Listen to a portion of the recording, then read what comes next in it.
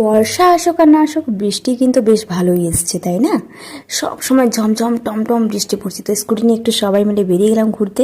দেখো কেমন মাঠগুলো পুকুর হয়ে গেছে। তোমাদের বাড়ির কাছেও ঠিক এমনই অবস্থা?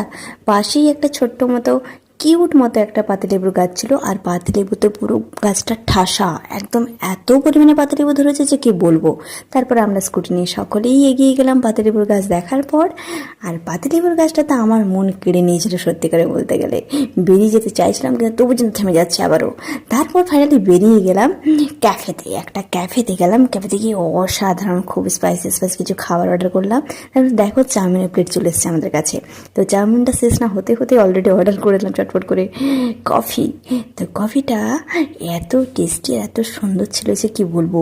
যতই বলবো ততই যেন কম বলা হবে, তাই বেশি কিছু বলছি না। তোমরা কমেন্টে বলো কালার দেখে কেমন লাগলো, আর কে কে কফি লাভার সেটাও একটু জানিও।